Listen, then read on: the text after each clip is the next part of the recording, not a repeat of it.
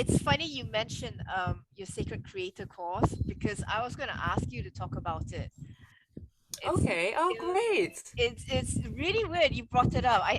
Seriously, synchronicities with you is always really amazing. It blows Of my course, mind. like, of course, because spirits are sitting with us, right? It's going, Amrys, Isla, you guys, this is what you guys are going to be talking about today. Yeah, yeah. Yeah, always, always. So I mean, like, could you like explain, like why did you come up with the concept, or how did you come up with the concept for Sacred Creator? Okay, wow. Do you want like the full story? Yeah, we've got time. Oh, we got time, Tongues. We're gonna tell the full story. Do you want involved as well, Tongues? Or you maybe you're just gonna learn anything. So, oh my goodness. So, huh. Although since I was a child, uh, I've always understood that everything has a soul, everything has a spirit. So as a kid, I'm like, yeah, okay, I know I can speak to the rocks, I know I can speak to the trees, I know I can speak to the wind, but never really kind of received anything, but just kind of had a knowing. Um, and then it was actually when I was doing my PhD, my master's or PhD. Maybe my master's or first year PhD. Anyway, when I was in studying uni, I had my first shaman called Medicine Grizzly Bear, or Bobby Lake. His name is Bobby Lake Tom. He's also known as Medicine Grizzly Bear. I'm not even sure if he's still alive, but I had some correspondence with him, so he kind of helped me kind of go deeper into like connecting with nature and yeah, just looking at myself, making sure that I was starting the day kind of with dropping into my spirits, dropping into my soul before I kind of started my day.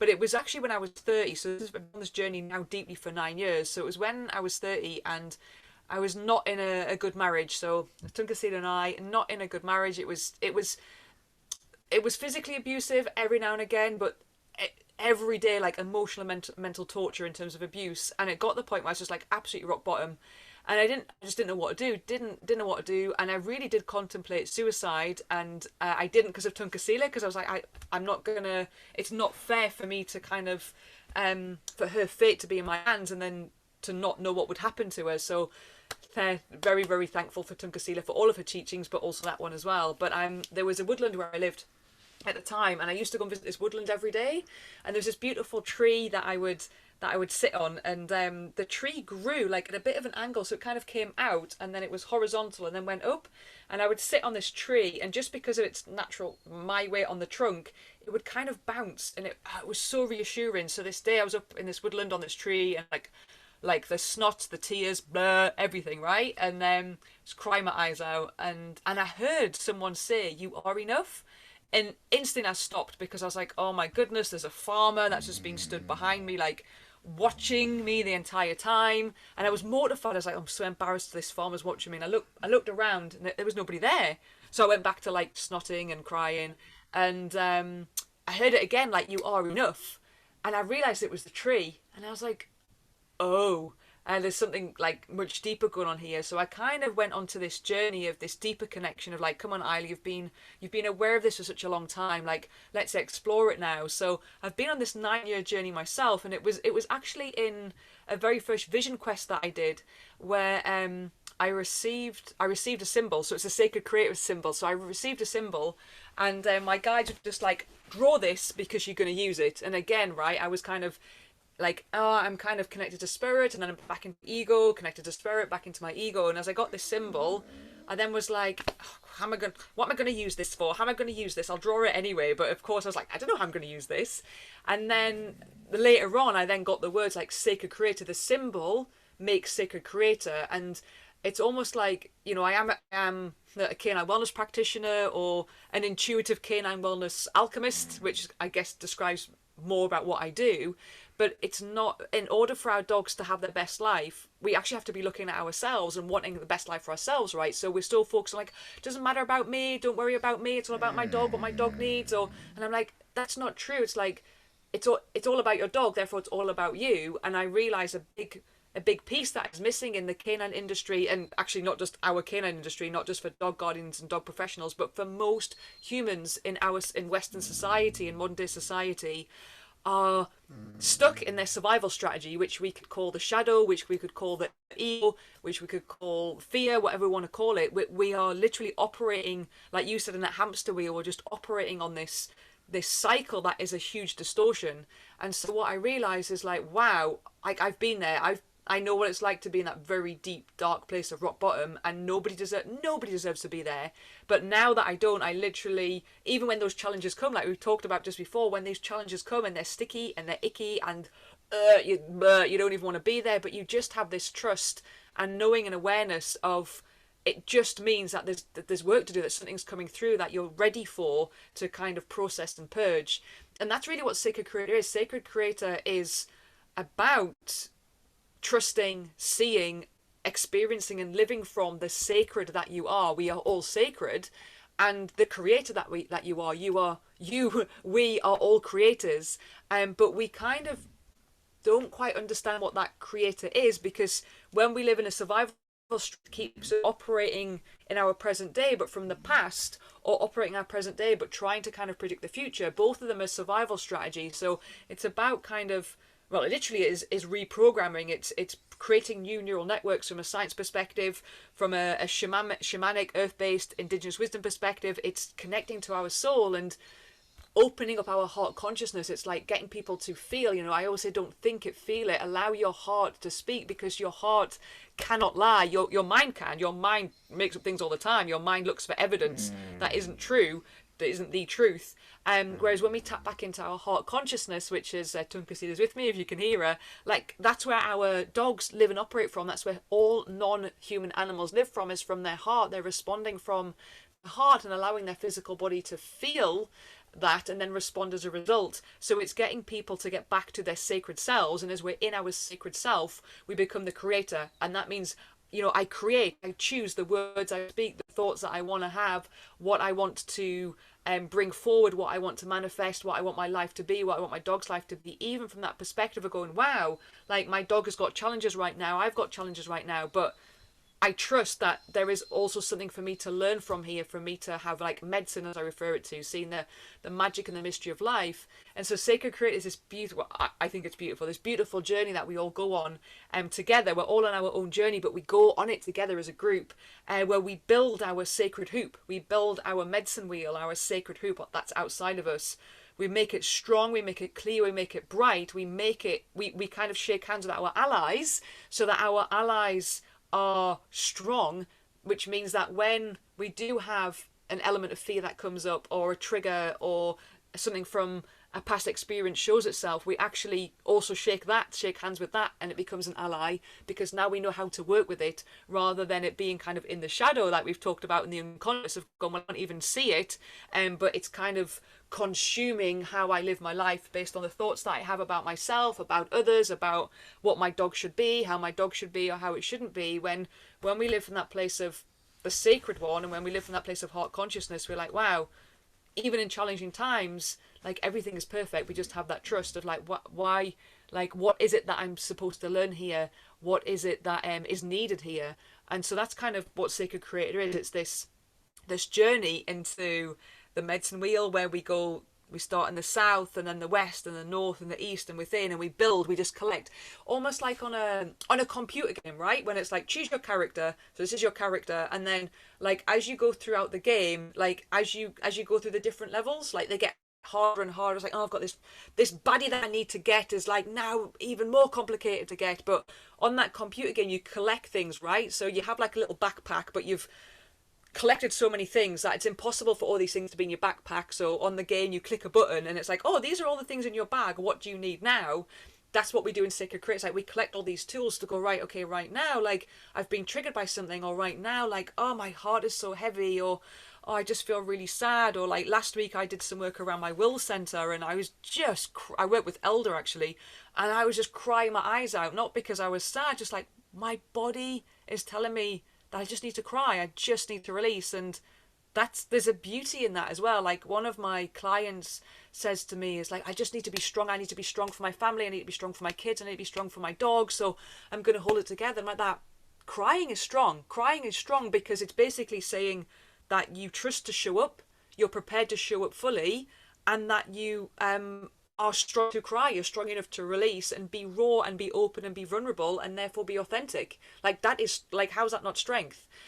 So yeah, Sacred Creators is really, I just love it. I really, really love it. And I'm just so proud of everyone that's part of it, because you just see how they just kind of metamorphosize, right? They kind of come out of this shell, they come out of this cocoon, or they're like, oh, like, I totally see how that's a fear response now. And, you know, so, like, I will get everyone to name their ego, right? So even me, like, my ego is called Our Babs, which would be Barbara, but where it's Our Babs. And, like, I am going to drop the F-bomb, I'm sorry. But, like, if Our Babs ever shows up, and it's rare for it to show up now, but when Our Babs shows up, I'm like, Our Babs, thank you for keeping me safe, because there was a time that you were needed, that you know, we don't hate on the ego. It's just like, wow, you showed up to keep me safe, but by keeping me safe, you also kind of kept me over here. Like, I can't, like, it's too scary out there, so I'm just gonna stay here.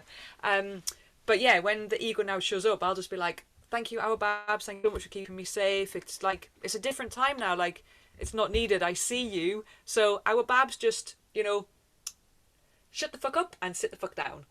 So because sometimes we have to be that, like, sometimes we have to be really soft, like, okay, this is something that's really hard, it's a challenge, just gonna go softly, like with ease and grace, just softly, softly, softly. But sometimes it's like, you know what, girl, I'm just gonna grab you and just sit down, like, you're not needed. And so this is where it varies, right? But it's the challenge is, as I said before, people love the beauty of healing, of like, wow, not to be stuck in these thoughts, not to be stuck in feeling this way, going back to, like, I've also been there, like, I know what it's like, and I know nobody deserves that, no animal, no plant, no water, no thing. But yeah, being in this sacred creator journey, people love the romance of healing, but it's hard. And then that's why a lot of people can't do it. A lot of people won't do it because it's not easy. If it was easy, then everyone would be doing it, right? Because we've got to go through pains. People are like, oh my god, like, this is something that, like, my psyche, my unconscious, I was just being thrown into my unconscious to keep me safe, and now I'm bringing it forward, and I forgot that was said in my childhood, or I forgot that happened in my childhood, or like, oh, I can't believe that thing that happened in my childhood is like shaped me as an adult. But it's true. And you know, one of my greatest concerns, even what's happening now with COVID, is the generation of children that become young adults that have got trauma. They've had soul losses without it being detected, without even Western society talking about what a soul loss is. Multiple children having soul losses, multiple children being now in households where parents are really, really stressed, where teachers are really, really stressed. And this is causing a lot of confusion. And then we're gonna have a holding of young adults that are going to be operating from that survival strategy or from their soul losses that have occurred now. And that's a really serious thing. And in my teachings, there's some kind of strict laws, and one of them, which is so beautiful, one of them is no law shall be passed that harms the children. And the children here refer to, like, all our relations, so not just the human children, but the non-human animal children, the waters, the plants, the trees, the rocks, everything.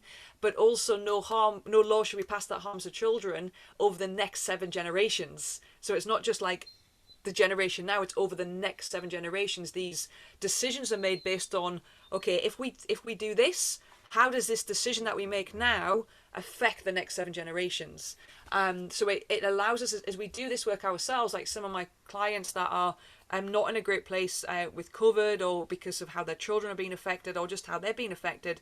It's like the beauty is, because we are the core, we can only do this work on ourselves, and we are responsible for our own healing. Like, I can be here as a guide, you can be there as a guide, but every person is responsible really to do their own healing, and only each person can do it themselves. But because we are the core, as we do it for ourselves, that is what creates the strongest power. That's what has the most potency to put into the collective. So as we do it for ourselves, we don't need to know, we don't need to see the evidence that, oh, it's happening to my neighbor, it's happening to someone 100,000 miles away. It's, we're putting it into the cosmos, we're putting it into the consciousness, the collective consciousness. But because we are the hub of that, because we do it ourselves, we are that core, then it starts to have such a profound effect on the collective. And that's what I always say, is we do it for ourselves, then we're doing it really for altruistic reasons, because yes, we start to feel different, but as we start to feel different, that creates a change. You know, so some people will come to me because they're full of anger, and I'm like, angry about whatever, whether it is COVID or whether it's people like, oh, animals being treated unfairly or water's being destroyed, all these things that are true, and we need to have passion and power and strength over, and our voice to be heard. But if we do it from a place of anger, then as an energy, that's all we're putting into the collective, and we've got enough anger going on right now. We don't need any more anger. But as we do it from a place of like, okay, how can I go into ceremony? How can I go into honoring? How can I see, like, as a reflection, as a trigger, like, this subject that I'm so passionate about is fueling me with anger. So it's not even anything to do with that subject. It's telling me that I have still anger. I have unresolved anger about myself, about normally a thought process, a pattern. Like for me, it'd be like, oh, most of us believe that there is something inherently wrong with us, where something happens in our childhood, which can be huge. It can be a huge impact, a huge trauma, or it can just be the simple words that an adult says to us who's not conscious of the power of words, right? And that just drops a little seed in our being to go, oh, there's something wrong with me. I'm not good enough. I'm not as good enough as my classmate or my neighbor or my brother or my sister. And we just kind of set this seed, and it just grows, and it's almost like a cancer itself. It just grows and grows and grows around until we can't see it, because we literally are walking around from the unconscious belief of like, we're just not good enough.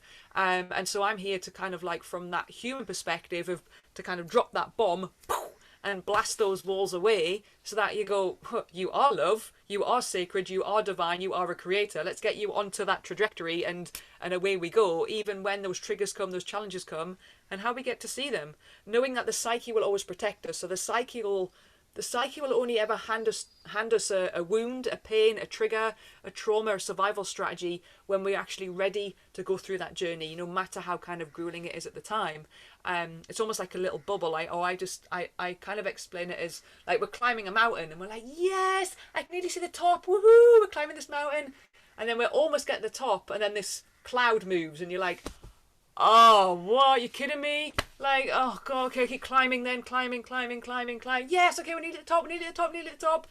And then the cloud moves, and you're like, what? Like, I thought I was at the top again. And that's why it's a lifelong journey, but it gets to be easy. We start to identify the patterns. We start to feel in, like I shared when we jumped on the call, we start to identify the triggers, and we get to laugh. We get to laugh at those triggers and laugh at the hilarity of kind of the healing journey and this process and this work, and yeah, and then with the triggers and the wounds, we get to it through them. But the reality is, which people hate hearing and hate me saying, but it's the truth, that it's a spiral. So it is a lifelong journey, but it gets to be easier and softer, and we get to recognize those triggers.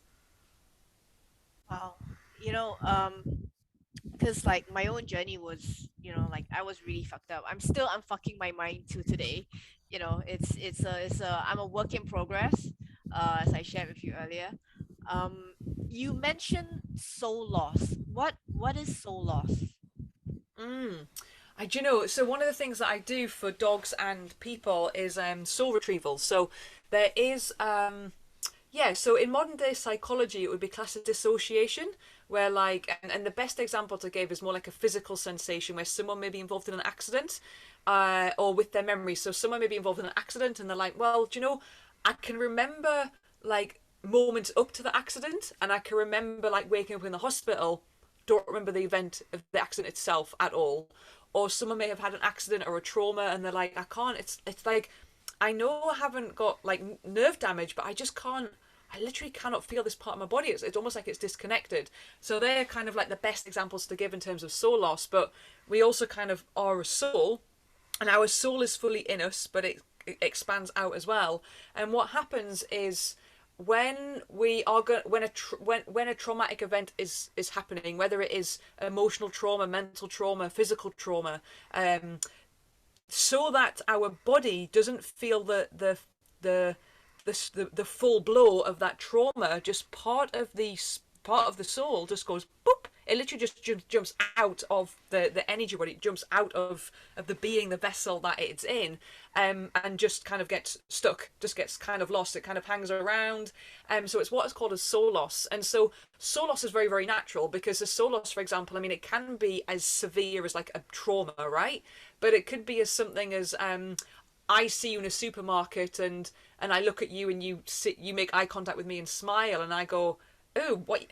Why are you wearing that jacket? I mean, it looks horrific. That can be enough for you to go, oh wow, like I'm really embarrassed now. Like, oh, that's really hurt me. That can be enough for part of your soul to go boop. So soul losses are actually really common, but in indigenous cultures, because they still hold on to these teachings, they know the importance of soul loss, that they would do something about it very, very quickly. In modern society, soul losses are happening all the time, and we're just not privy to this information, and so they can cause all manner of distresses, anything from like sleep deprivation to eating disorders, but you know, mental health issues, emotional health issues, like depression, very, very deep depression, not feeling content, feeling lost, feeling hopeless, just not feeling they belonged, just feeling like, oh god, I just can't settle. And of course you can't settle because the soul is not whole, the soul is not complete. And so yeah, the soul loss is a quite a big thing I find in our society, because so many of us are privy to it. Sorry, not privy to it, although it happens. It happens as a natural kind of way that the soul can be affected. But what isn't natural is for nothing to be done about it. In our society, nothing is done about it unless we have these teachings and these understandings. But because as adults, most of us have had a soul loss from something that happens in childhood.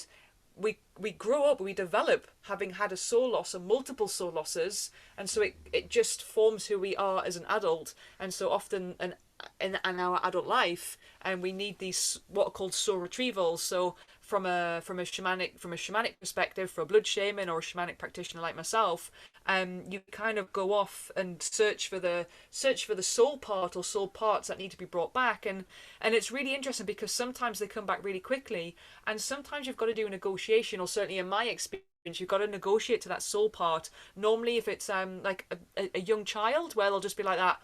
I'm never going back to that world. Like I'm never like it wasn't nice. It was cruel. It was unkind. And you kind of got to explain. No, you're an adult now. I'm literally taking you back to your adult self.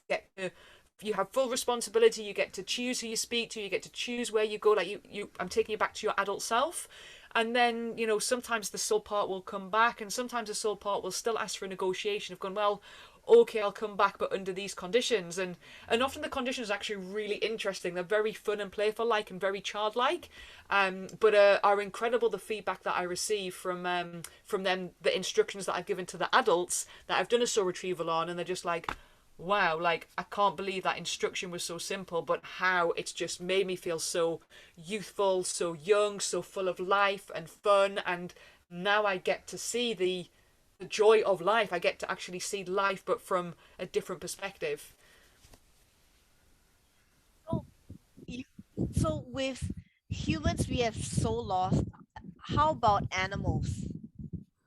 Oh my goodness, yes, sorry. So that's what I said with so Tunkasila. So I in my soul sessions with dogs. So all animals may all species, I should say, as individuals, have the potential of needing a soul retrieval for sure. Wild animals, I would say, is probably unless they kind of maybe been hunted or like in a road traffic accident or something like that, then because they have a lot more freedom, and I would say they have the ability to support themselves on a soul retrieval. But certainly with our domestic animals, and you know, for me, it I really am about canines. Like I love all animals, but my focus is in canines. Absolutely, dogs also need soul retrievals. In my soul sessions, I've worked now. I work with quite a few dogs where a soul retrieval was needed. And as an example, so Tunkasila, who's next to me, so she's needed two soul retrievals. One was around when I was in an abusive marriage, so she was also had a physical abuse, physical trauma. So she needed a soul retrieval from that, and also from surgery. So I don't want anyone to panic to go, oh, my animal's had surgery, it's going to need a soul retrieval. That isn't necessarily true. She's needed a soul retrieval from one surgery, but she's had 3 surgeries in her life. The other 2 surgeries, she didn't need a soul retrieval. So yeah, absolutely. It's almost because our animals or non-human animals, and let's take our dogs as an example, because they don't operate from ego or judgment. They the ability for the kind of soul to kind of come back is easier than what it can be for humans. But certainly where there has been a big trauma or where the dog is living, even if a dog's living in a household where they really are under a strict regimen of like strict control of, um, almost like this really strict level of obedience, then that dampens the soul, and what dampens the soul to a point can create soul loss. So yeah, it applies to our dogs, and also what's really interesting. So Tunkasila is she's a reactive dog, as we would say. For me, I would say a dog that is reactive is just a dog that struggles to cope at a particular moment in time. So there are particular moments in time where she may meet a person or she may meet another dog that she is not comfortable being around, and so she will express that in the way she needs to express. And in my ego, when I first, so I've known about soul retrievals for some time, but it's only relatively recent that I've been able to do them. Hi, baby.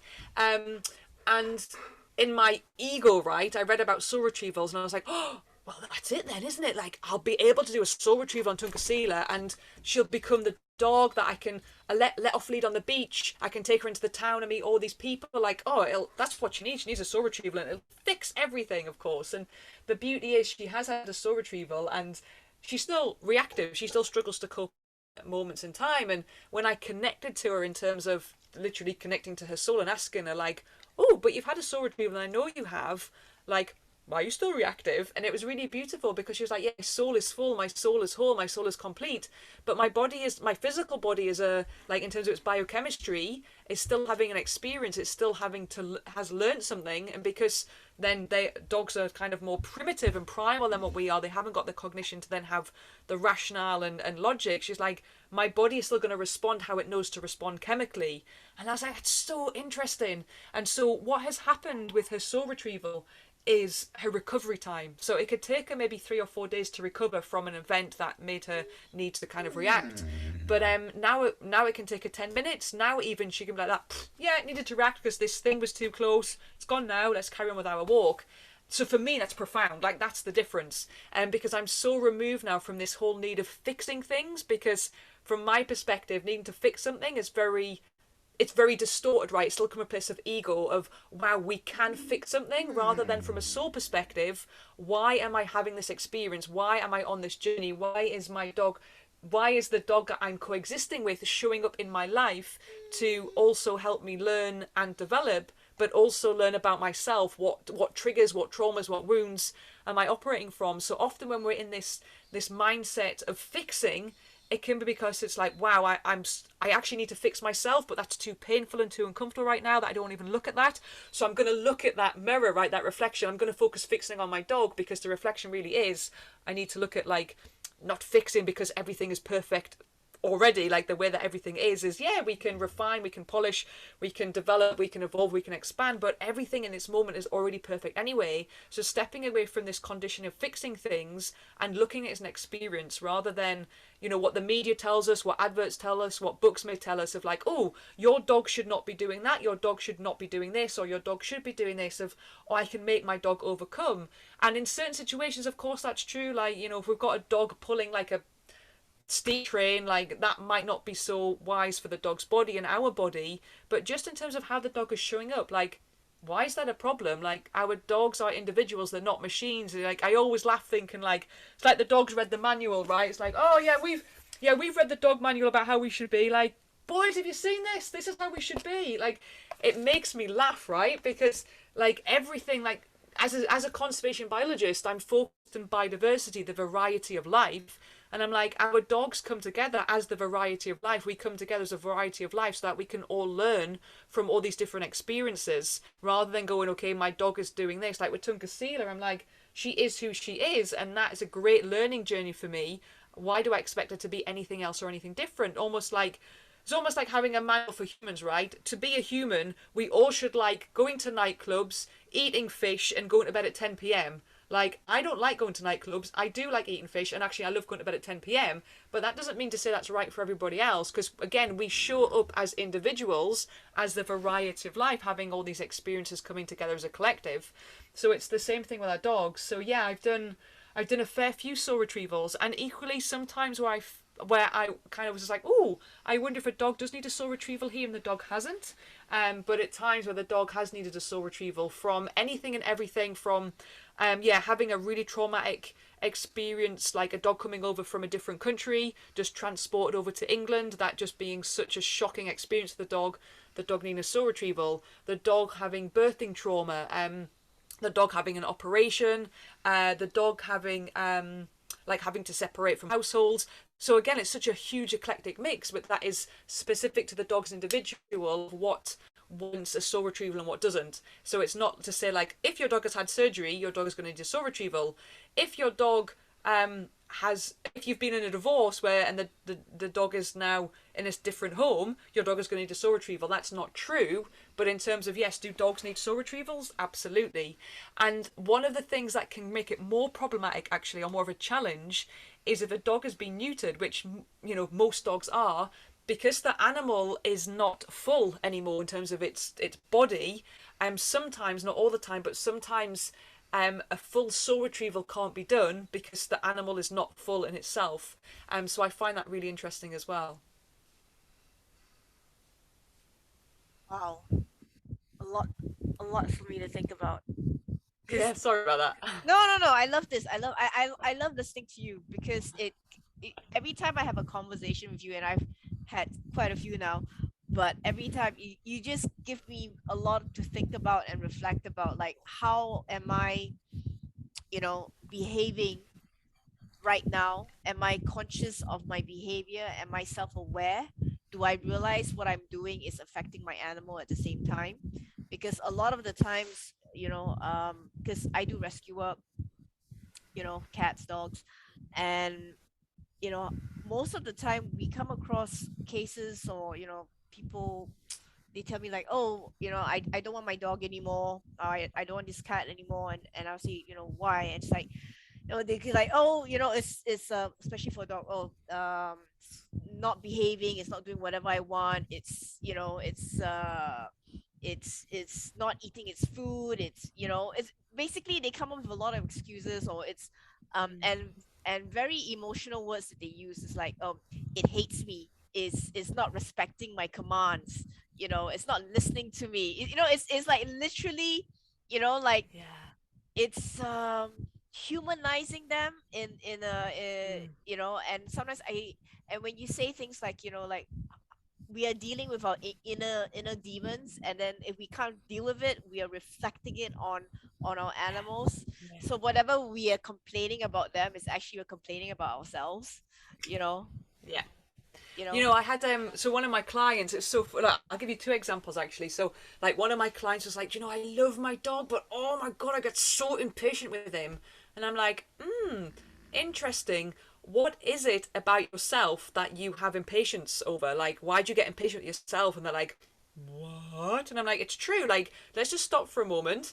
And I'm just generally going to ask yourself just an honest question, like no judgment, no criticism, no blame, just information. Let's just explore this. But why do you have impatience about yourself? And they're like, oh. Or another client was like, oh, I just, I know it can't really happen, but I want my dog to be perfect.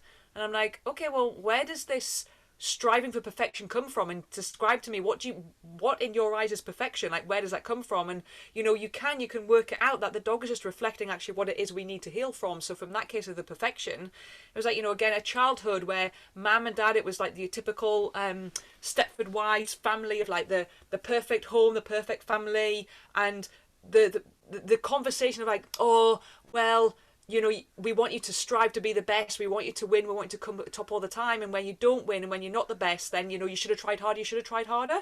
So they were literally living a life of have to be perfect, I have to be perfect. So they were trying to put that on their dog. And so like Hallie says, and I hope I say your name right, Hallie, but she's absolutely right. Like it's always really funny, right? Because as an intuitive canine wellness alchemist, which always just describes like what I am, even though that might cause confusion. I can speak to you about animal, like dog communication, dog behavior, the physical parts of our dogs, the emotions, the dog's being an emotional being, and that's important to consider. But then from a spiritual soul perspective, we coexist with the dog that we do, or the dogs that we do at this time, for a soul journey where the dog shows up. And it's really interesting because when I do these soul sessions, although the dog's soul wants to share things about what it needs at this time, or even from a past life, or even when it wants to pass, time and time and time again, the dog also wants to share something to its guardian. And time and time again, the collective message is all they want is for us to be happy and for us to heal. Because they're like, we show up so that you can be happy and you can heal. Because once you're happy and once you heal, then nothing actually matters. And then the things that you're trying to obsess over about to micromanage for us doesn't matter anymore. So it's like, it's not that we don't care, it's just that we care, but from a different level of consciousness. And so you're absolutely right. Like Tunkasila has taught me, like, and even in my own work now, I really operate from a place of non-judgment whatsoever. And like, even when I've tried, even when I'm not really a judgmental person, but actually looking back, I still have had judgment. Now I'm like that. I really try. Like, it's very rare for me to judge, and when it comes, it's really fleeting, and it's very much like a like, oh my god, why are they wearing those trainers? And then I catch it and like take it back. I'm like taking it back, and throwing it to the ground.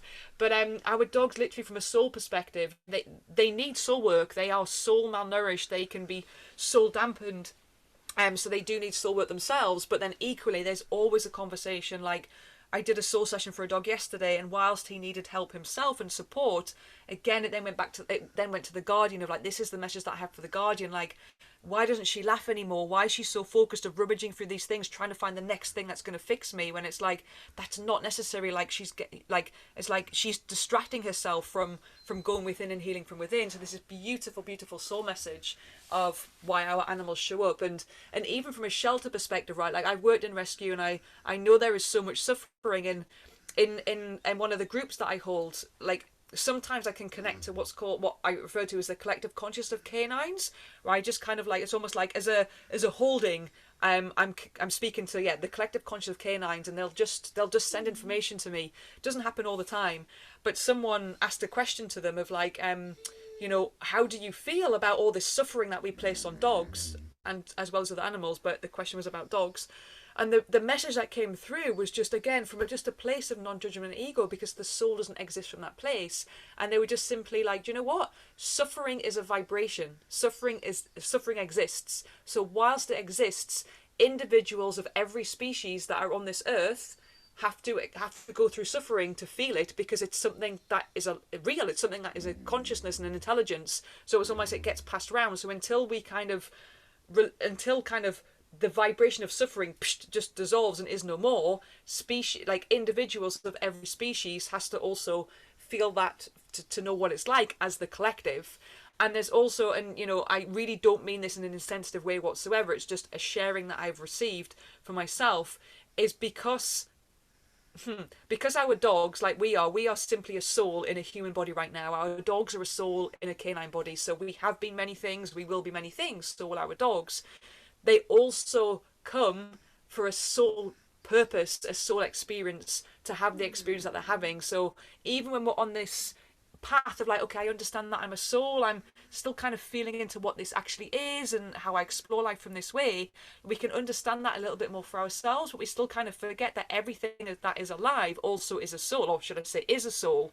So our dogs as a soul have already agreed, or also agreed, to have the experience that they're having. And again, I don't mean it in an insensitive way or like, oh, let's just forget about it then. It's because it's teaching for us. Like, as humans, we literally are light bearers, are light beings that can make a difference. We are here to make that difference. But the dog, the soul comes in as that dog, to help us teach, to help us grow, to help us learn, and to dissolve these kind of more dense vibrations. But at the same time, the soul has agreed to come into that body, whether it's a dog, a horse, a cat, or whatever, to also have that experience as well. Even when they're having kind of suffering or certain experiences that maybe we can't comprehend from the mind, but the soul can comprehend, to go, hey, this is what I also agree to as well. So even if we are in a situation, that I've racked myself with guilt the number of times. I know I was in an abusive marriage, and Tunkasila was abused as well. She had physical trauma, she was hit. And I'm like, wow, I can't, like, what type of person am I to put my dog in that situation? And I've had to do a lot of work around that. But now, because of where I am at in my life and that place of non-judgment, I understand that it was an experience that we were supposed to go through, and equally it was an experience that her soul agreed to go through with me. And yes, I say I don't mean it in like an insensitive way, but just getting people to open up to the soul journeys and the soul paths that we are on ourselves, but also with all the things that come into our life, with that really big understanding and teaching from dogs, if they want us to be happy and they want us to heal. Ah, yeah, you know, my biggest problem, I'm a judgmental bitch. I think, like definitely I am so judgy, and I have, I think you were talking about the biggest ego, and I'm still working on myself big time because, I am trying to be more self-aware in terms of not being that judgy or bitchy, as I call it, um and critical, because you know um yeah, I've got so much like shadow work to do with myself right Yeah, now. yeah, And I think the hardest part is being able to forgive myself, for a lot of things. And and sometimes I feel so bad about putting my dog through all this crap with me, because she is a sensitive dog as well. Most of the time I think she's okay, but she is sensitive and reactive to certain things, because she was a rescue and she had a kind of a tough beginning when I got her.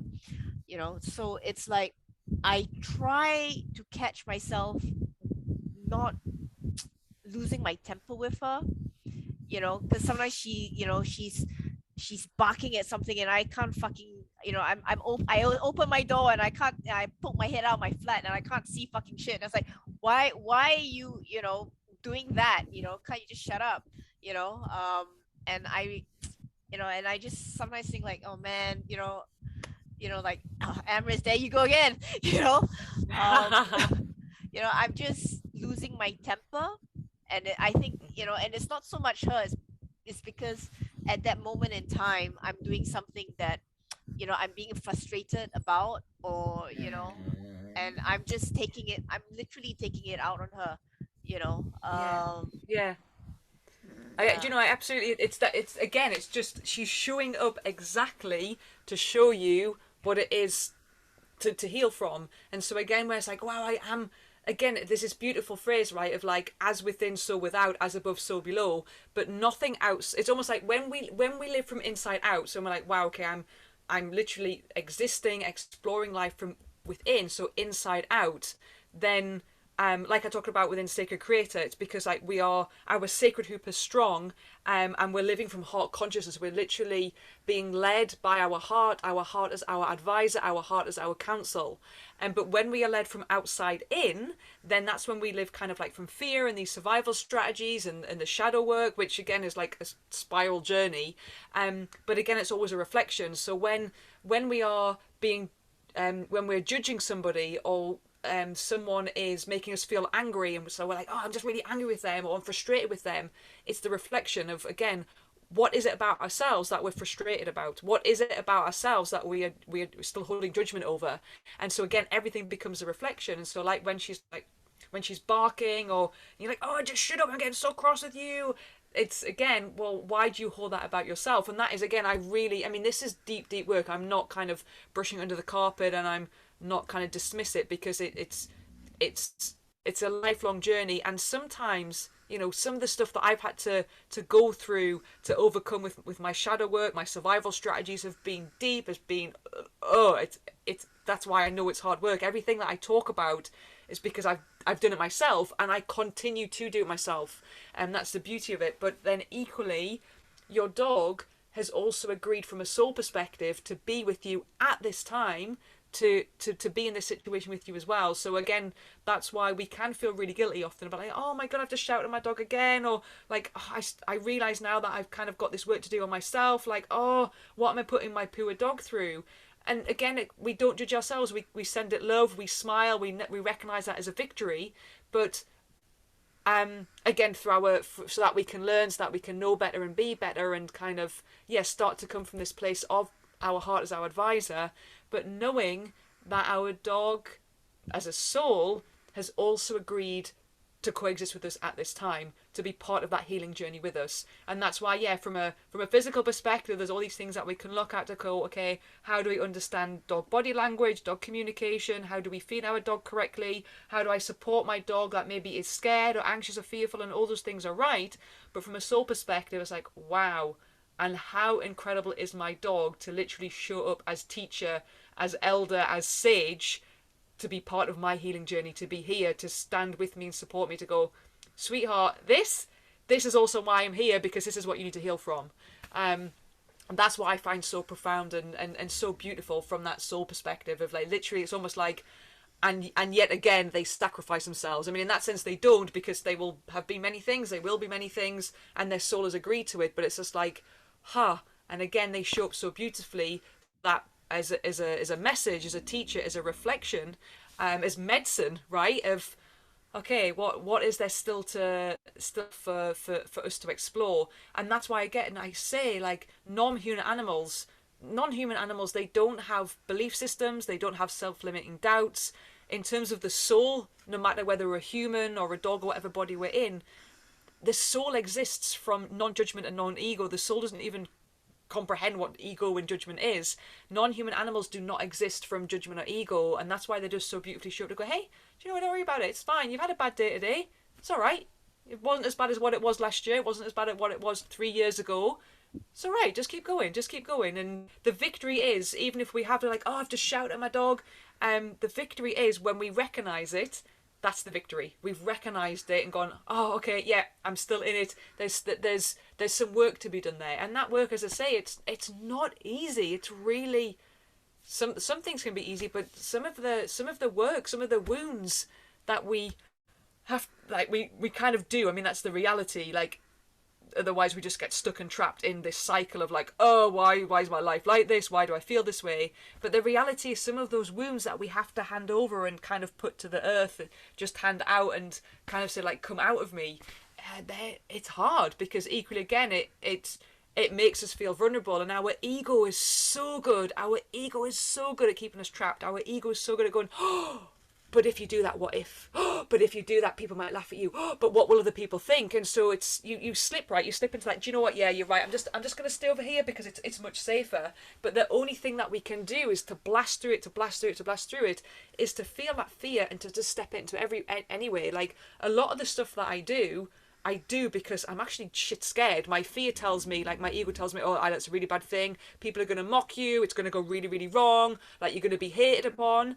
And I'm like, okay, thanks, ego. Like, right now, I don't have any evidence for that whatsoever. So I'm just going to step into the fear and see what happens. And if it goes really bad, then I'll just laugh.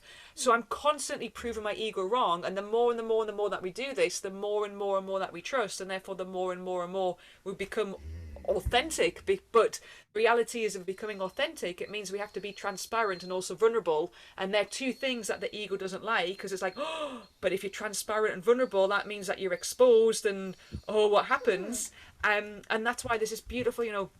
I love this saying by Einstein, which is, and again, it's an indigenous kind of reality as well, of the intuitive mind. The intuitive mind is a sacred gift, and the rational mind is a faithful servant. But we have chosen a society that lives by, that honours the servant, and has forgotten the gift. And so my passion and my desire, my drive, is to show people and support people and going back to living from the intuitive mind, which indigenous communities, native peoples know where to live from, or certainly, like, your traditional, because I know a lot of native communities have got a lot of trauma now from things that they've been persecuted in.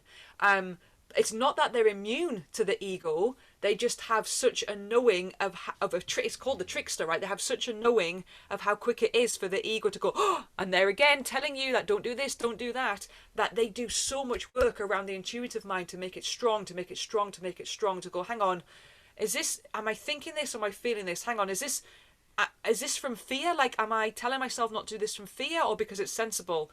No, it's from fear, it's from ego, it's from a survival strategy. Okay, I recognize now that that's medicine. The thing that creates the biggest resistance actually gets to be our strongest medicine. The tricky part is having the trust to go, I'm going to step into it. But once we do it, and we do it over and over and over again, we just get to go, okay, here's another challenge. I now recognize it as a challenge. I now have so much trust that let's go into it to know that whilst I'm in it, it's going to be icky and sticky and but I know that on the other side, it's going to be more medicine. It's going to be more beautiful. It's going to bring me more back into my soul and give me more clarity. That's what I'm searching for. You know, you have a really beautiful relationship with Tonkasila, your dog. Um, how long have you had her? How old is she now? Oh man, so she's 13 and a half, and I've had her since she was 8 weeks. Wow. Okay, Yeah. so she has really like journeyed with you Mhm. for a very important part of your life actually. Um, Yeah. can you for our listeners here who don't know, how would you describe your relationship with Tonka? You know, in the beginning, you said you were in an abusive relationship, marriage. It was a very dark time, and you've journeyed Hmm. with her to where you are today.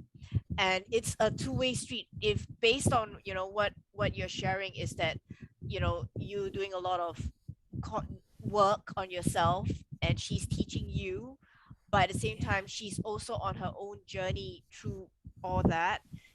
Could you Yeah. sort of share the progression, and how is she now? Because if I'm not wrong, she's also going through some physical ailments at the moment. Yeah, yeah. And it's such a, I love that question. I'm really pleased you've asked that. And it's really interesting as well because it's almost like I know, and I don't mean this in like I've just shared like I live from non-judgment, so I don't mean this in a like um big-headed way, but I just know there's going to be a point in my life where I kind of have an even deeper kind of spiritual upgrade, and that's going to be the time that she leaves this earth. Like I just know that. And again, it's not like a, oh, I have proof to show you. I'm just like, I know. But then I know when that happens, she's literally going to become one of my soul family, my soul team. So like I get people to understand, like we have friends and family that we will go to go, guys, I'm a little bit lost, or I don't know what to do. I just need some advice. Like we get to do that with our power animals, our spirit guides, our ancestors, our spirit allies. She will literally become part of my soul team, that she'll be stood behind me when I get to do these soul sessions. So I know that is kind of coming. I just don't know when, but it's yeah, it's coming. So yeah, I mean, and again, not from a place of the victim or people going, oh no, Ali, you can't say that. But I literally, I placed myself in that abusive marriage. Before I was in the abusive marriage, and like I had 3 years on my own, but before that, I was in an abusive relationship, and I created those. And I created those because at that moment in my life, I didn't feel I was deserving of anything. I wasn't deserving to be successful. I wasn't deserving of love. I wasn't deserving of being liked. I wasn't deserving of anything. Like that was, again, from my childhood experiences of, and actually of transgenerational trauma of my mum being born into trauma, and therefore how my mum lived her life, that passing on to me and my sister. So from a place of just trauma as a child, and then other things as a result of that have happened early on in my childhood. It's just like I'm not deserving of anything. So because that's what I believed, right? That's what I created. I found people that said they loved me, but actually what they showed me was anything but love. They showed me punishment and abuse. But again, my ego would tell me that, see, there you go, you're undeserving of love, and there's somebody that's proving it to you. So that's kind of where I was, and yeah, I placed Tunkasila in that situation. That again, from a soul perspective, she already agreed to be a part of when she was, you're right, Tunks, she was a little puppy. So we have been on that journey. We've been on that journey when, again, we were on our own for a while. Then I was in this abusive marriage, and again, she was punished. She was physically hurt. She was punished. And again, I wasn't strong enough. I didn't have the strength to be like, do you know what? You don't do this to me. You don't do this to my dog, or you don't do this to my dog. You don't do this to me. And then it was that day. It was literally that day when I'm like, wow, I'm gonna end my life. But because she is so reactive, I was like, nobody would tolerate that. She wouldn't go to a rescue center and they'd be like, well, she would bite. So obviously in most rescue centers it is like, well, if the dog's got is a biter, then we can't the dog be rehomed. So she literally, her sole quest at that point was to save my life, which is exactly what she did. And then now, because I'm deep on this spiritual journey, we have these beautiful conversations. So I actually I try and do every Saturday morning it's called a Tunkasila Soul session, a Tunkasila Soul share, where I literally just connect with her and she just speaks to me what she wants to share about whatever. But I'm so busy right now with work, I haven't been able to do that. But we do little ones together where we just have a conversation. We simply just go, okay, yeah, we do, baby, don't we? How are you? What do you want to share? And it really, now that I'm on this place of just like, wow, I'm still when I still recognize when triggers show up, but because I'm in such a different place myself of working through my wounds, and as I say, I've been doing this for 9 years and I continue to do it. I am very dedicated. Like I do this. This is my medicine room. I'm very strict in doing it, not an obsessive strictness, but it's so important to me because of the work that I do and the work that I do for myself. I do a practice, and she pretty much joins me every morning when I do this practice.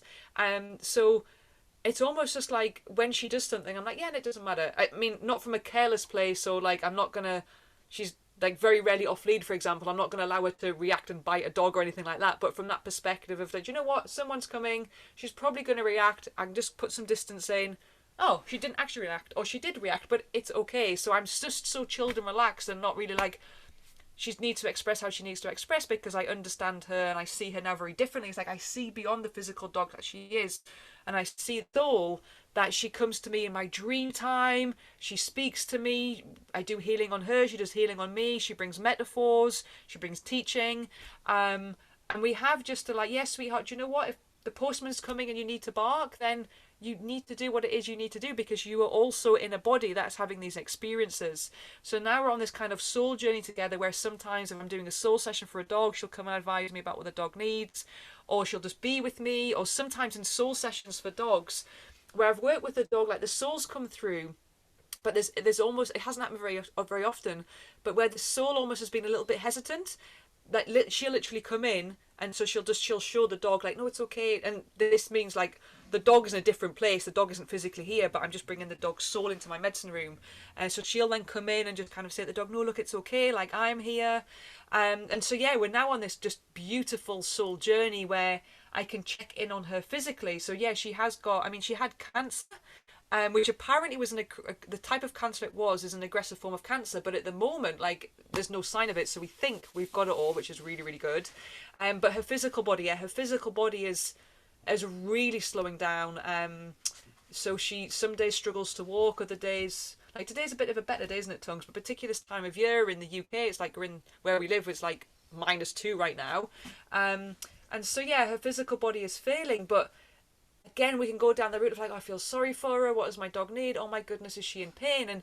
And although there's discomfort, there isn't pain, because our dogs, as an animal, they don't have the emotional attachment in the way that we do. But also, her soul is really strong. So she's like, you know what? Yeah, my physical body is failing, but my soul is really strong. My soul can still go wherever. My soul can still let you know how it is. My soul can let you know what it is I want to experience. And yeah, and so now we're on this beautiful, beautiful soul journey together. But I just know, like, when there is this spiritual upgrade, almost like that's when she's gonna go, yeah, and that's what I was here to do. This is for how long I was supposed to support you for until you got to here, and now that you're here, I'm off to kind of be to join your kind of invisible team. And that's the beauty. There's this principle called a psychopomp, which literally translates to spirit assist. So for example, where an animal dies, so when an animal passes or when a human passes, we can do what's called a psychopomp, where we kind of go into an altered state of consciousness, we connect to the soul of that being, and just we assist them, we help them to kind of pass and go to the land of spirit, land of ancestors, land of dead, whatever we want to call it. But dogs actually show up as a physical metaphor of a psychopomp. They will often, like we've talked about in terms of reflection and mirroring, they will carry things for us that we're not ready to see. But they'll also be that metaphorical message of a psychopomp when they go, do you know what? And it's almost like my job here is done. Like, I've travelled with you up into a point that I was supposed to. You've reached that climax almost of where you're supposed to be. My job here is done. I'll see you on the other side. So there's this beautiful, and this is what I find fascinating, of just actually looking at where somebody is in their life, and when the dog passes, like what happens when the dog passes is where the person is in their life, because there's always something not always, sorry, but it's really interesting that often, from my experience, there's always something quite interesting or profound of like, this happens when a person's reached here, or a person's reached here, or a person's overcome this. Um, yeah, so we're on this very different journey of, again, I was in a place of judgment, and also, you know, I took one of the things that happened, I'll tell you, when Tunkasida was very young and I took her to, you know, dog training classes, something never quite sat right with me, where the dog trainer that I had, he said, like, he was getting us to teach our dogs to have a down and stay. No, sorry, yeah, a down and stay, but we had to leave the room. So he's like, right, you need to put your dogs in a down and a stay, and you're going to leave the room for 5 minutes. We said, you're going to leave the room, and then I'll call you back. And you know, we expect the dogs to just wait. And I said to him, I was like that, but what is my dog feeling? Like, what's that saying to my dog if, like, she's in a down and stay and I'm to leave the room? Like, how is that affecting her? And he was like, well, what do you mean? I was like, well, I just want to know, like, literally, how is she feeling? How is it affecting her? Like, if I'm just saying, like, you need to wait there and I'm gonna leave, like, how's that gonna make her feel? And he was like, that doesn't matter. Doesn't matter. Just make her do it. Like, it doesn't matter. And I'm like, but surely it matters. Like, I want to know how she's feeling, right? I want to know how this is affecting her. Like, is she going to feel vulnerable? Does she not really care? Is she apprehensive? Is she frightened? And he was like, it doesn't matter to do it. And I was like, no, this doesn't make any sense to me. So I kind of left and didn't go back.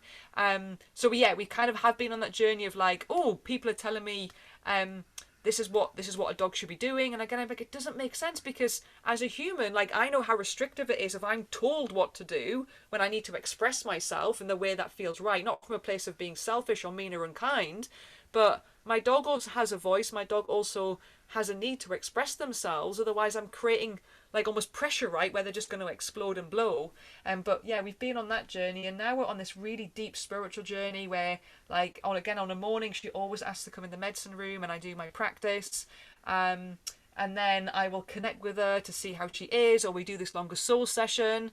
Yeah, and I literally just I say to her, like, I see you, and it means I see her beyond the physical that she is.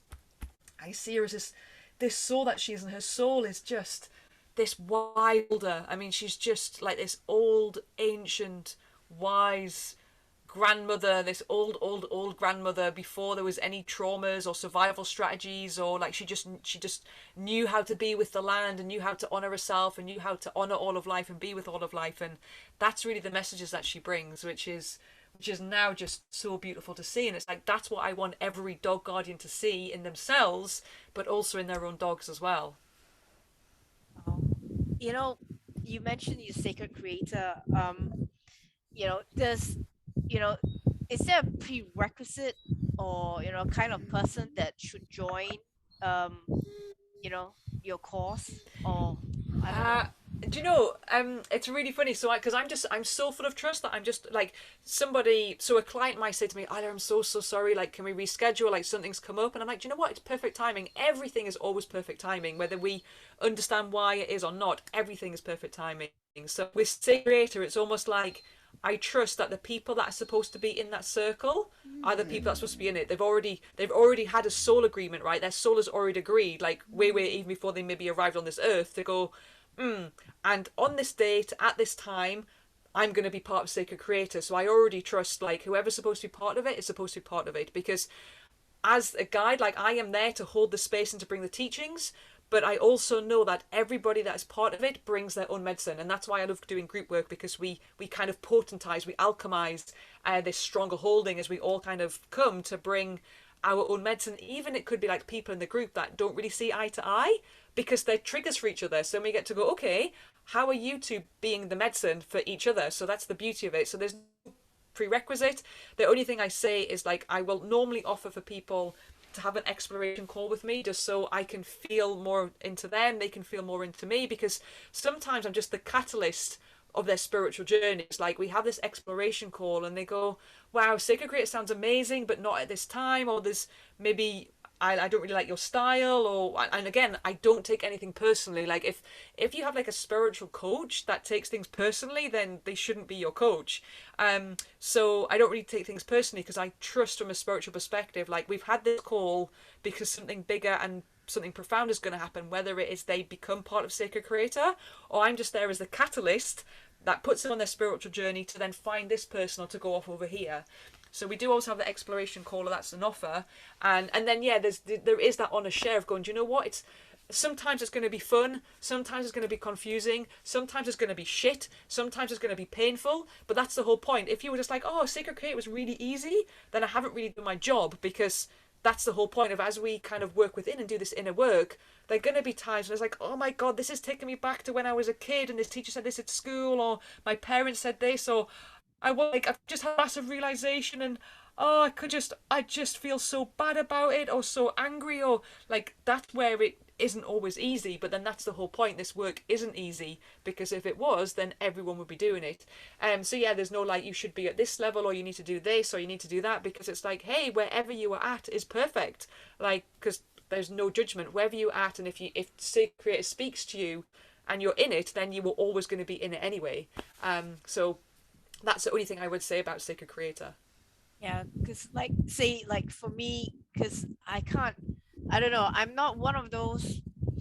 Um, I we talk about guides and stuff, and I trust the universe. I talk to the universe, but do I hear the universe is something that I haven't experienced in that, like, say the way they talk to you, your guides talk to you. Yeah. I don't hear that voice or whatever. I'm like, I'm still a skeptic in many ways, on a journey fumbling around in the dark, like, okay, I'm going to go down the canoe and follow the flow. That's what's happening with me. So I just wonder, is like, do you think a person like me would I don't know, benefit, or I don't know, would I be a fit? I have no idea.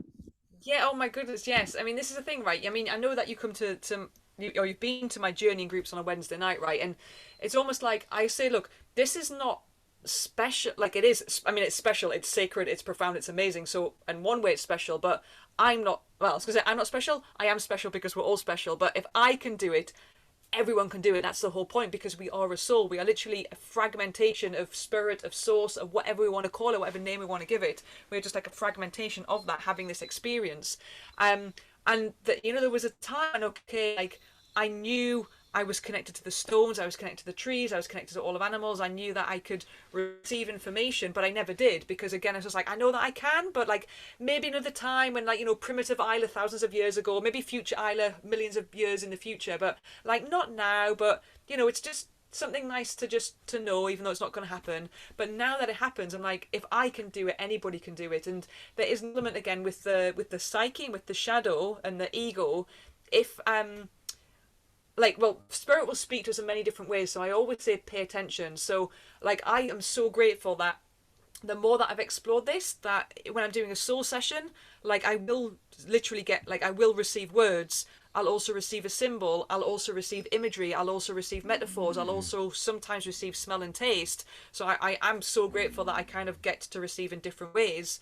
But it doesn't mean to say that you don't hear anything, doesn't mean to say that you're not receiving, because some people feel, like, some people just see in colour, some people feel, some people it might be, oh, I wasn't quite sure which direction to go here, and then as you're contemplating that, the sun may come from behind the cloud, but you're just at the moment oblivious to it. So that's why one of the old teachings is pay attention, pay attention, pay attention. Be present all the time, because whenever it's like, isn't that funny that this thing just happened? No, it's not funny. It's not coincidence. It's synchronicity. So spirit is always talking to us. Just often we're like la la la la la la la la and shut off from it. But as we just, there's people in my journeying group that feel relaxed. They feel different when they come onto the journeying group, when they do the journey. But they say that they don't feel anything. They don't receive anything. Practice and perseverance. Practice and perseverance. You eventually will. And then what will happen is, it's almost like sometimes if our survival strategy is that strong, we may go to sleep and we may relax, but we don't truly get into an altered state of consciousness, because our ego is still holding on and stopping us from doing that. Because like, when we go into an altered state of consciousness, it's poof, I'm fully exposed and fully vulnerable, because I'm in an altered state of consciousness, and the ego's anything can happen. No, like, someone might come and get you, or anything. No, we're not going to do that. So your psyche might still be protecting you. So for me, it's like going to the gym, right? If I just go to the gym once a month, Like, how do I expect to develop anything? Because I'm just going to the gym once a month. So some people come to journeying group like once in a blue moon. I don't get anything. You're kind of not going to, but like practice and perseverance and trust. Practice, perseverance and trust. And eventually it's just like, oh, I just saw like, I think I just saw a mane, or I just saw something black and white, or I just, something was here just sniffing right next to me, or I just saw an animal, or I saw one of my guides. Um, but yeah, practice and perseverance and trust, and it will happen for many in Western society. Again, like you said, of like you're still kind of working on unfucking your mind, and there's like this skepticism and the distrust and the judgment. They'll kind of like be this the shadow, right, the block. But again, it's from, we don't hate. I always say like, we don't hate the ego, we don't hate the survival strategy, we don't hate the wounds or the shadows, because they were created from a place of love to keep us safe. But what we don't do is we don't feed them. So it's like, I love my ego. I laugh at my ego, how hilarious it is. I'm like, have you heard yourself, our Babs, how hilarious you've been right now? But I don't feed her anymore. Whereas, like, if we're so used to feeding it, it just builds up such a wall that it might be, okay, we're going on a journey, and okay, I'm relaxing to the drum, and okay, I can see myself going down. If we're going to our power animals, or going up, we're going to our spirit guides. But I am not putting you in an altered state of consciousness. But there will be a point where we will just fall into that trust, and we will go deep, and it's like, oh, I just had the most amazing experience. What can happen? So I know there's some of my clients that then happens to them through journey, and they're like, oh, Isla, it happened, I had the most, oh my god, oh my god, oh my god, I can't wait for next week. But the challenge then becomes, because they then got the taste of that experience, they then get stuck in their mind because they want it again, and so then they can't go into the altered state of consciousness, because they're like, I want it, I want it, I want it, I want it. It doesn't come from a place of want, it comes from a place of trust. Ah, the bloody mind, isn't it? It's the, honestly, that's why it's called a trickster. It literally, because the mind, the ego will blindside you all the time. It doesn't come like, it's not like, hi, I'm here, because we can see it. Then it's just like, I'll just kind of creep in here, and then give you a big slap when when you're not noticing. And that's why, again, like, native peoples are not immune to the ego, into this, the rational mind, or the brain mind as they call it. They are so aware of how quick it is to kind of take hold and grow and consume us, which is why they do so much work around the heart, around the intuitive mind, around heart consciousness, of building that up, of like, wow, I go to my heart as counsel, I go to my heart as advisor, I go to my soul for guidance. And so they do a lot of work around that. So their soul and this sacred hoop around them is so strong that it becomes a strong ally, rather than a lot of us, we rely on our ego as our ally, but it's full of distortion, it's full of things that are not true, or will tell us that's going to happen, which we actually have no evidence of. But when we do this soul work, what happens is, like, the mind can't comprehend it. Like, it blows the mind, because it literally goes beyond what the mind can comprehend. And that's when we can start to feel confused, because the ego's like, hang on a minute, like, that doesn't make any sense, because the mind is very reductionist and rational. That's why it's called the rational mind. Whereas the soul is free and expansive and communicates in all manner of different ways, like to give us messages.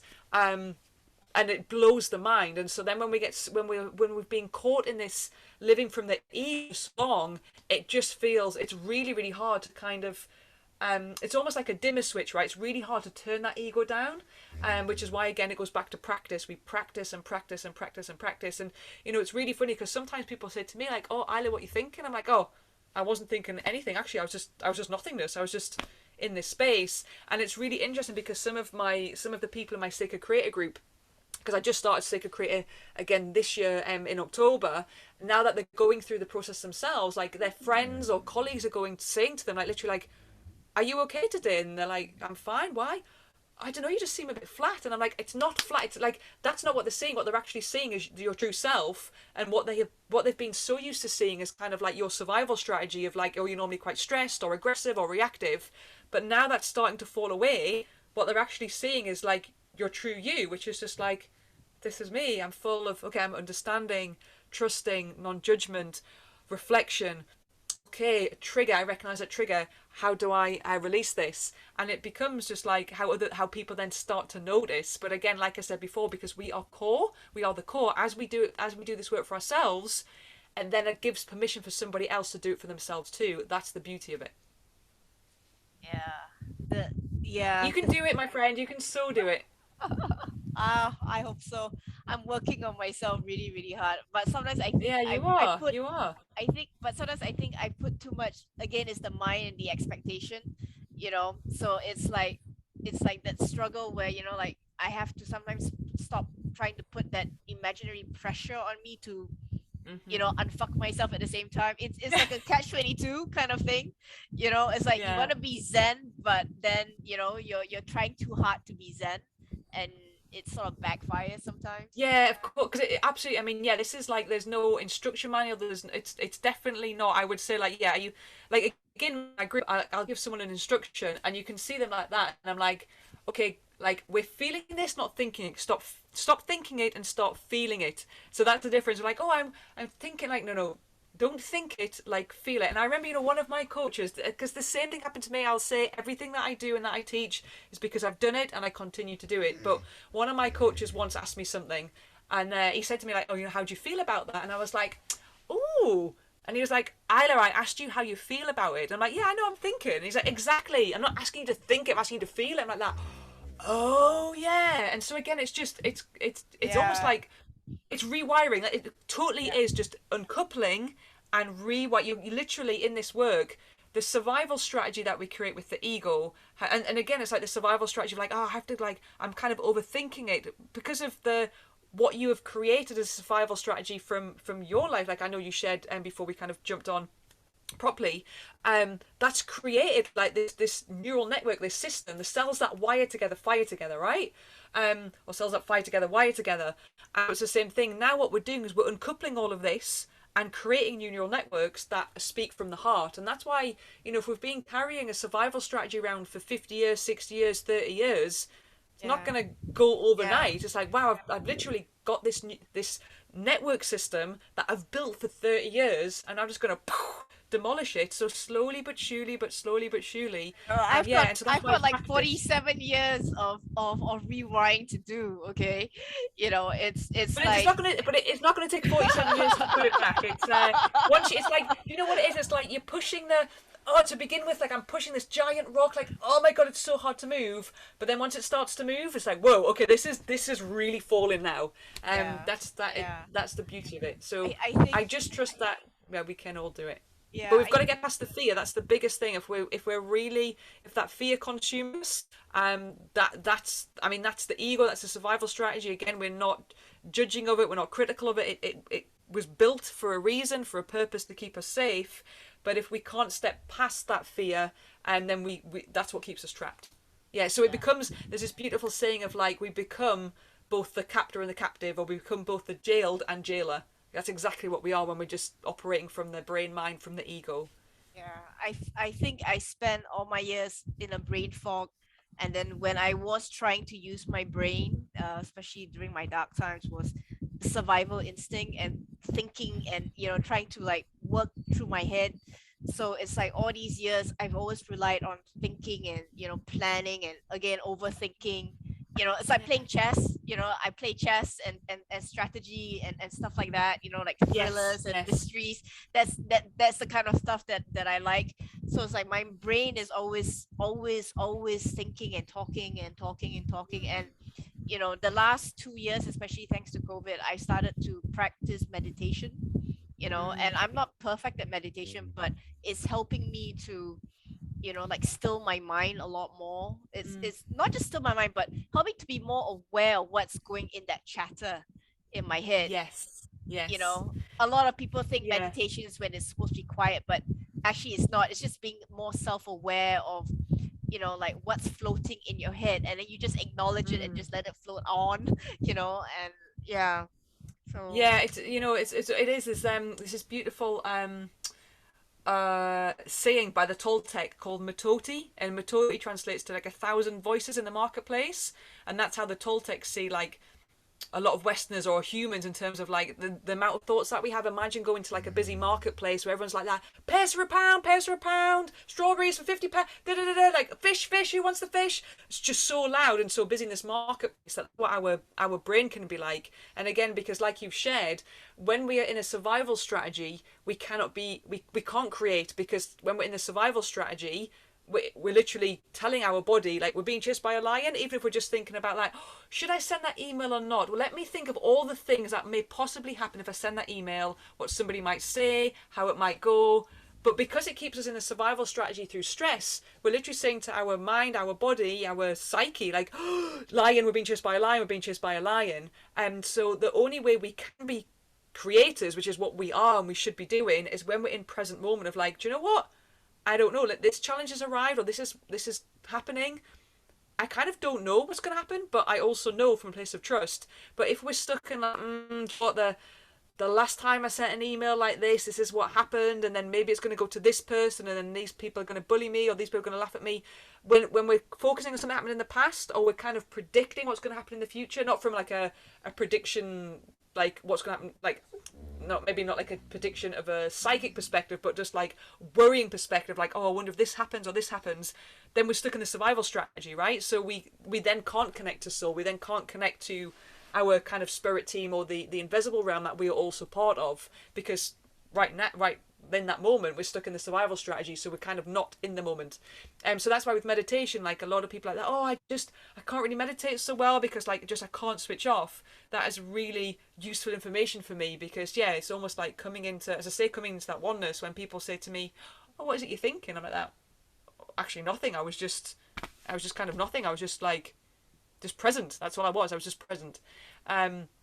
Yeah, so practice and perseverance, but also yeah, just having an awareness. Like I say to my clients and people on Sacred Creator, the first victory. Remember, the first victory is recognition. So even if someone comes to me like, I was doing so well, then I've just spent the past 5 days just being fueled with anger. But you know, you've recognized it, so that's the victory. Don't give yourself a hard time because you've just recognized it. So then just remember, when you recognize it again, it might be 4.5 days rather than 5 days. So just, that's the victory. That's the victory. Just keep going forward. Keep going forward.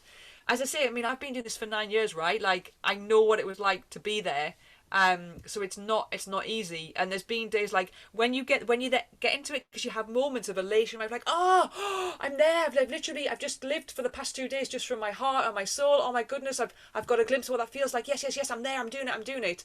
But then you'll get triggered without realizing, and then you get really confused, because then you're moments in your ego, moments in your heart mind, moments in your ego, moments in your heart consciousness, and you're like, oh, what is the bloody? There's no point. But just again, just give yourself a break, laugh at it, recognize the victory, and keep going forward. Keep going forward. I really want to thank you for your time, because I love this.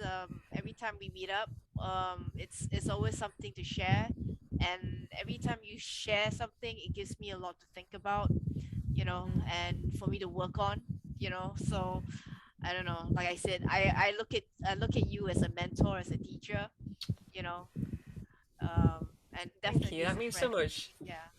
Yeah, oh, absolutely. Of course, absolutely. Yeah, that means so much. Thank you. I think it's just like we're just all teachers, right? We all have these gifts to bring that we can all learn from each other. Yeah. Wow, I'm so thankful and grateful that you took the time to listen to this podcast. It would mean the world to me if you could subscribe, download, rate, review, and share this with others whom you care about that may enjoy it as well. Thank you, and remember to be kind to yourself and others. Have a awesome day, everyone.